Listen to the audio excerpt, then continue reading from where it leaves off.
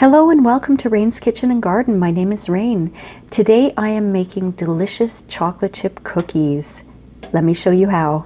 All right, let's make my chocolate chip cookies. The first thing that I did was I preheated my oven to 350 degrees Fahrenheit. That's 180 degrees Celsius, or gas mark 4. And I lined 2 baking sheets with parchment paper. These are very small baking sheets. I live in a very small cottage and I have a cottage sized oven.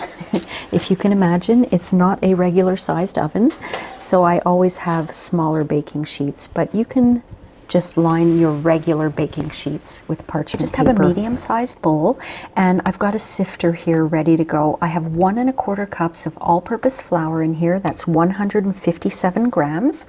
And I've got some baking soda, 1 teaspoon or 3.4 grams. And I have some salt, 1/2 teaspoon or 3 grams. And I'm just going to sift that all together to make sure that there's no lumps. There. That was easy. So now I'm going to put that aside and mix together my wet ingredients with the sugar. I have my huge bowl out here, and inside my bowl I have 3/4 of a cup plus 2 tablespoons of packed brown sugar. That's 170 grams. And in that bowl I'm going to put some unsalted butter. Now this is room temperature butter that I've just cubed up. I have 1/2 cup. That's 114 grams. I'm just going to add that to the brown sugar. Yeah, it's sticky. It's definitely room temperature. And I'm going to take out my beaters and I'm going to beat these together until they're smooth, and that's going to take about 2 minutes. If you don't have an electric mixer, you could do this by hand. Just make sure you get a nice smooth consistency.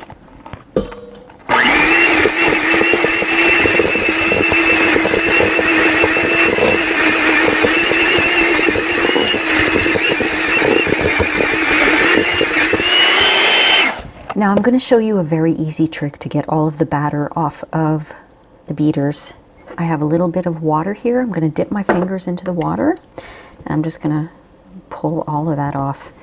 And if you have a wet finger, it comes off very, very easily. Oops, sorry about that. Because you don't want to waste any of the batter, because a lot of it does stick to these beaters. Now I'm going to add 1 large egg and 1 teaspoon of vanilla extract. That's about 5 grams.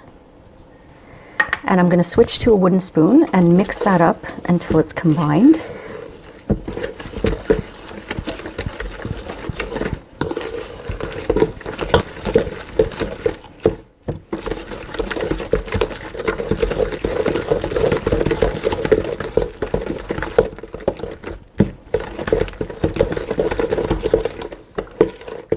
Okay, that's nicely combined. Now I'm going to just add all of my dry ingredients all at once.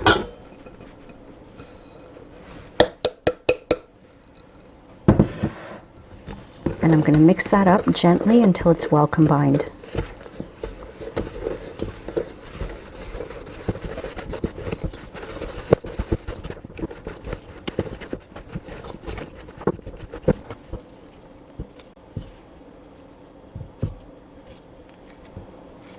My dough is all well combined, so I'm just going to set that aside for now, and I'm going to show you my chocolate. I have in this bowl here 300 grams of dark and milk chocolate that I've chopped up into little bits. And for those who want a visual, I used 3 of these chocolate bars. I love Lindt chocolate, so that's what I use, and each one is 100 grams. Okay, they're each 100 grams. It comes to about 1 1/2 cups of chocolate. You can use chocolate chips if you want, but for me, I love the real thing. So basically, I'm just going to add the chocolate to my dough, and I have latex gloves on, and I'm going to gently mix it with my hands, because I find that it doesn't incorporate very well when I use a spoon. Maybe it's because of the chocolate, I don't know, but I just find that if I use my hands, here, you can see that better now with the lighting. My bowl is so big that it creates shadows inside the bowl. It's crazy. All of my other bowls are busy because I'm doing lots of cooking today. So there we go. All of that chocolate is incorporated into that ball of dough. Look at that. I transferred the cookie dough into a glass bowl so that you could see better. And now what I'm going to do is I'm going to drop the dough onto my prepared baking sheets in heaping tablespoons. And I'm going to make sure that they are at least 2 inches apart. I usually can get 8 cookies on each one of my little pans here. And I have my little dish of water to put my spoon in so that nothing really sticks.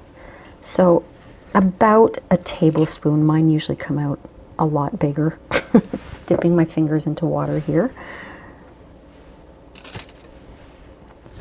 These cookies are so good. They go really, really fast. They freeze well too. You can always put them in the freezer. That one's really big. Now the original recipe that I made makes 24 cookies, but you know what? I make them quite big, so let's see how many we'll get out of this. I think I'm only going to get 6 because I really am making them big. Yeah, I'm only going to get 6 on my pan. So I want to make sure that there's enough room in between them because they are going to be quite big when they expand in the oven.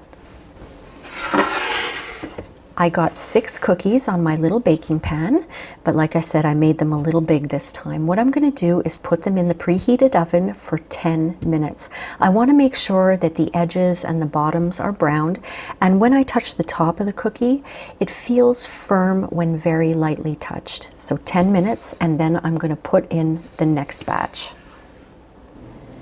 After 10 minutes, look at my cookies. Don't they look fabulous? They're nice and brown around the edges, and when I touch them on top, I'm not pressing down, I'm just lightly touching them. They do feel firm. Okay, so I'm going to leave them in the pan for 5 minutes to cool, and then I'm going to take the cookies out and put them on a wire rack until they're cooled completely. And I wanted to show you this little gadget that I got for Christmas. It looks a little bit like pliers, doesn't it? Well, look at what it does. It picks up your pan, and it's very safe. I love it.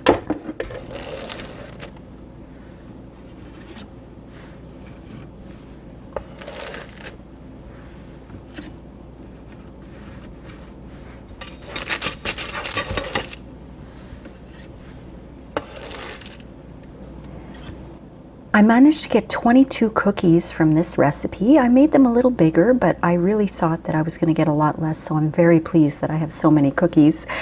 These are going to be so good. I can't wait to bite into them with a big glass of milk. I hope that you enjoyed this video, my friends, and if you did, please like and subscribe, and don't forget to leave me a comment. I do love to read your comments, and I do answer every one.